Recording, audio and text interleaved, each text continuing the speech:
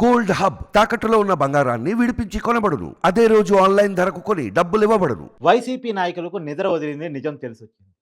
ఏంటి నిజం అంటే, ఇయాల వైసీపీ నాయకులు నిన్న మీరు చూసారు కాసు మహేశ్వరరెడ్డి ఎవరైతే గురిజాల మాజీ ఎమ్మెల్యే, గుంటూరు జిల్లాకు సంబంధించినటువంటి వ్యక్తి, కీలకమైన నాయకుడు. అతను ఒక వీడియోని రిలీజ్ చేశాడు. ఏంటి మొత్తం ఓటమికి బాధ్యులు ఎవరో ఆయన తెలిసొచ్చింది. చంద్రబాబు అరెస్టు బాధ్యతం, జగన్మోహన్ రెడ్డి వైఖరి కారణం, తర్వాత కొడాలి నాని, రోజా ఇలాంటి వాళ్ళ వ్యాఖ్యల కారణం అని చెప్పాడు. నేను ఈ విషయాన్ని ఎప్పటినుంచో చెప్తూ వస్తున్నాను. మీరు క్లియర్‌గా నా వీడియోలు పరిశీలించండి. నన్ను కొన్నాళ్ళుగా ఫాలో అవుతున్నోళ్ళు గమనించండి.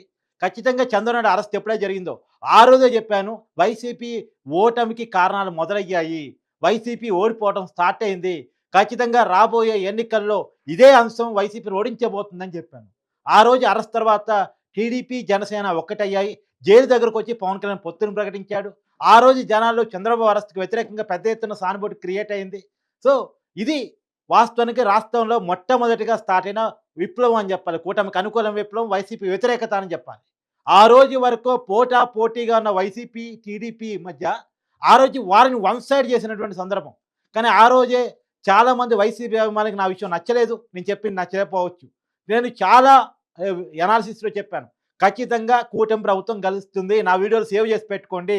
ఎక్కడెక్కడ ఏ ఏ స్థానాల్లో ఏ అభ్యర్థి గెలవబోతున్నాడో కూడా చెప్పాను. కానీ నా ఊహకు అందనంత విజయం కూడా వచ్చింది. ఎందుకు అంటే ఒకదానికి ఇంకోటి, ఒకదానికి ఇంకోటి వరుసగా అంశాలు కలిసొస్తూ ఉన్నాయి. ఆఖరి చంద్రబాబు అరెస్ట్ నుంచి మొదలుపెడితే చివరి వారం కలిసొచ్చిన ల్యాండ్ టైటిలింగ్ యాక్ట్ వరకు ఒక్కోటి కూటమికి యాడ్ అవుతూ ప్లస్ పాయింట్స్‌గా వచ్చాయి. వైసీపీకి మైనస్‌గా అవుతూ వచ్చాయి. చివరికి జగన్మోహన్ రెడ్డి చేపించుకున్న రాయి దాడి కూడా వైసీపీకి చాలా మైనస్‌గా మారింది. అది వాస్తవానికి ఏందంటే ఇక్కడ వైసీపీ అభిమానులు కూడా మీరు నా మీద నెగెటివ్ కామెంట్స్ పెట్టడం, మీకు నచ్చకపోతే మాట్లాడటము ఇవి కాదు. వాస్తవాలను మనం తెలుసుకోవాలి. ఇతను వైసీపీ నాయకుడే కదా! గడిచిన 2 వారాల నుంచి అనేక మంది నాయకులు, కార్యకర్తలు వస్తున్నారు, కలుస్తున్నారు. వాళ్ళు అడుగుతున్న ప్రశ్న ఒకటే. ఏంటి సార్ ఇన్ని కార్యక్రమాలు, ఇంత అభివృద్ధి, ఇంత సంక్షేమం జరిగింది. మరి నిత్యం ఎమ్మెల్యేలు కానీ ఇతర నాయకులు ప్రజలకు అందుబాటులో ఉన్నారు, గడప గడప చేశారు. అయినా పార్టీ ఎందుకు ఓడిపోయిందని తరచూ అడుగుతూనే ఉన్నారు. జవాబు చెప్పాల్సిన బాధ్యత కూడా మా మీద ఉంది. ఒకటే ఈ రోజున ప్రతి కార్యకర్తకి, నాయకుడికి చెప్తుంది. సరే, రాజకీయాల్లో గెలుపోవటం సర్వసాధారణం. మహానాయకులు ఓడిపోయారు, మళ్ళీ గెలిచారు. అలాగే ఇది కూడా మనం ఒక స్పోర్టివ్నెస్ తో తీసుకోవాలి. గతంలో గెలిచాం, ఈరోజు ఓడిపోయాం, రేపు తప్పకుండా గెలుస్తాం. మనం మన బాధ్యతని, ప్రతిపక్ష బాధ్యతని మరి హుందాగా నిర్వర్తిస్తూ ప్రజల్లో పోయి ప్రజల తరఫున అధికార పక్షాన్ని ఎండగడుతూ ఉంటే తప్పకుండా ప్రజలు మనకు అవకాశం ఇస్తారు. కానీ ఈరోజు ఓడిపోవడానికి సరే అనేక మంది కార్యకర్తల నాయకులతో నేను మాట్లాడుతుంటే వాళ్ళు చెప్తున్న ఒక మేజర్గా 2-3 కారణాలు.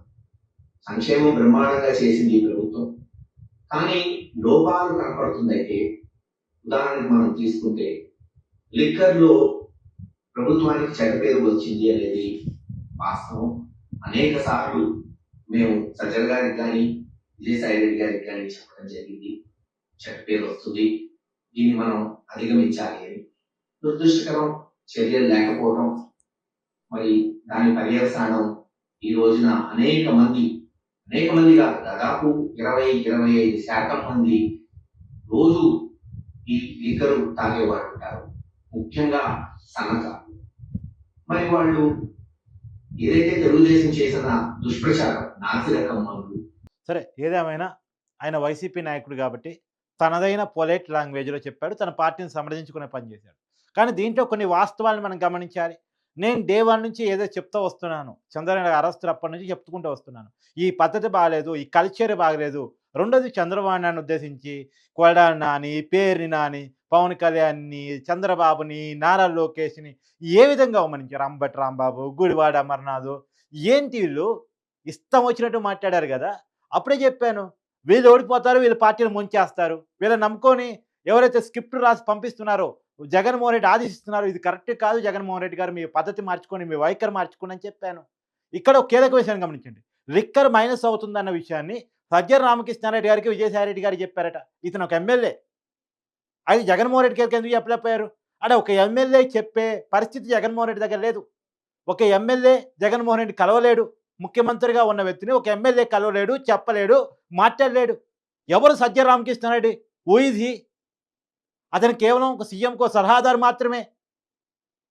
ఎవరు విజయసాయిరెడ్డి? ఆయన ఒక ఎంపీ మాత్రమే. ఎందుకు జగన్మోహన్ రెడ్డి గారిని కలిసే పరిస్థితి లేదు? ఆ పార్టీలో కీలకమైన నాయకుడిగా, ఎమ్మెల్యేగా ఉన్న వ్యక్తి పార్టీ అధ్యక్షుడిని, ముఖ్యమంత్రిని కలిసే పరిస్థితి లేదు ఆ పార్టీలో. ఇది కదా నేను డే వన్ చెప్తుంది. ఇది వైసీపీ కార్యకర్తలకు నచ్చిపోవచ్చు, అభిమానులకు నచ్చకపోవచ్చు, కానీ నిజం. మీకు నచ్చింది నచ్చలేదు పక్కన పెట్టండి. ఇవాళ అపజయం ఎదుర్కొంది అయితే మీరే కదా. పైగా ఓడిపోతున్నామని తెలిసిన తర్వాత కూడా ఆ రిపోర్ట్ ఆయన దగ్గరకు వచ్చిన తర్వాత కూడా నాకు తెలుసు ఆయన దగ్గర రిపోర్ట్ వచ్చిన విషయం. నాకు తెలుసు ఐపాక్ కూడా ఓడిపోతున్నామని జగన్మోహన్ రెడ్డికి రిపోర్ట్ ఇచ్చిన విషయం. అయిన తర్వాత కూడా లండన్ పోతూ 1 నిమిషం వీడియో రిలీజ్ చేసి కార్యకర్తలని మోసపుచ్చే పరిస్థితి, జొజ్జరగొట్టే పరిస్థితి.